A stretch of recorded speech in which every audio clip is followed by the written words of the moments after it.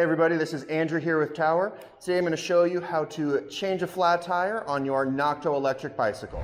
So you have the Nakto Camel F electric bike model here, which is a step-through cruiser city style bike. So we're going to start here with the front wheel, which we can see. First we're going to start off by opening up these brakes. So to do that, we'll just give them a pinch on either side. And then if we look, we can see the little elbow slotted inside there. We're just going to pull that noodle out, get that cable through the little gap, and then open them up, and our brakes are now open, ready for us to take off the wheel. So we're going to go down to the axle bolts at the bottom of the fork. Now these are 15 millimeter. So you grab your handy dandy 15 millimeter wrench and just get these bolts loosened.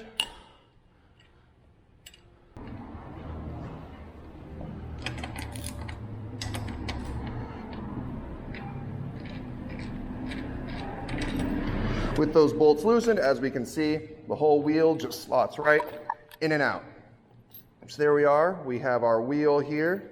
Now in case you're curious, this particular wheel is a 26 by 1.75 with a Schrader valve. I'm gonna grab my tire lever here, and what we're gonna do is I've already let the air out of this tire, so assuming your tire was flat, yours would already be like this. So we're just going to pull it off to the side like this so we can see the underneath. We're going to take that tire lever, hook it under that lip, and pop it to the outside, as you can see here. And then what we're going to do is we're just going to pull this lever all the way around and continue to just rotate, getting that bead all popped out. And then boom, once we see that that outer lip is all loosened, we're good to go. We're going to pull that old tube out.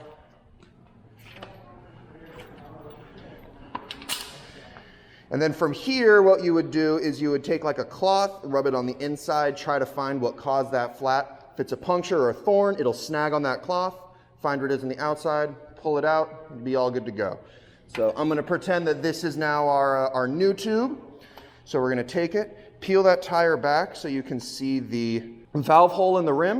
And then we're just going to tuck that valve right inside the hole, push it through. And then we're going to get that tire over the tube. Then from there, we're just going to tuck this tube all the way around underneath the tire, making sure that it's tucked all the way inside that trench, all the way around. All right, now that the tube is all the way around, we are going to start tucking the lip of the tire back in. So I usually like to start at the valve, gives me the most resistance at the end, so I'm going to do it first. Just get it tucked in, then come all the way around, pushing the sides in to come all the way down. Now it's a pretty loose fitting tire, so it's nice and easy for us. Then as you can see, snaps into place. We are all good to go. From there, we would air the tire up, get back to the bike, bolting it back on. Now one of the things to consider when bolting this guy back on are these little washers with the little hook lip we have on either side. Want to make sure that that little hook goes right into these eyelets right above the dropouts. So you want to make sure that those rings are on the outside when you slot the wheel into the dropouts. And then you want to spin those around until it slots right into that hole, and then just cinch it into place. You want to do the same thing to each side. And then once those are in, take your 15 millimeter and tighten them down.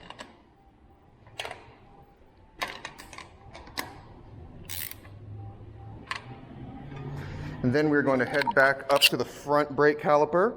We're going to pinch those back together like we did at the beginning.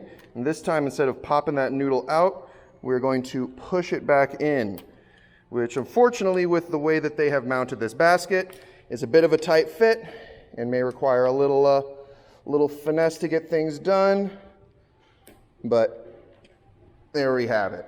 Front wheel, flat, all changed. Now, the very interesting thing about this bike in the rear is taking that rear wheel off. So this bike uses horizontal dropouts, which means the whole wheel is going to slot out backwards. Now we also do have that drum brake in the rear to deal with. So I'm going to show you guys how to deal with that here. We're going to come around to the back left side of the bicycle. And if we look, the first thing we're going to do is we see these brackets coming down here at these 2 screws. We're going to get a 10 millimeter wrench on the back, screwdriver in the front. We're going to take both of these bolts and nuts out. Once those are out, we are going to take a 18 millimeter here. You can see 15 is not quite big enough. We're going to loosen these bolts on the right and the left side. Once those bolts are out, this whole unit will slide rear and out. You can see here, if we look on where the actual bolt goes in, you can see some semblance of the horizontal valve. So one of the other things when you take this rear wheel off is the kickstand is going to come with it, because you can see it's actually bolted onto the bike with that axle bolt. So once that's loosened, you take this whole kickstand off, then this whole rear wheel will slot out. Now this drum brake mechanism here, attached to the hub, this piece here, once the wheel comes off, will actually hang here as it's cabled to the bike. It's only attached to the hub very loosely. So when you pull it off, this will come separated, hang from the frame, and you'll have the wheel itself separate. Now, the last thing you'll also have to do is you will have to track this cable. This is the motor cable here. So you'll have to separate it here.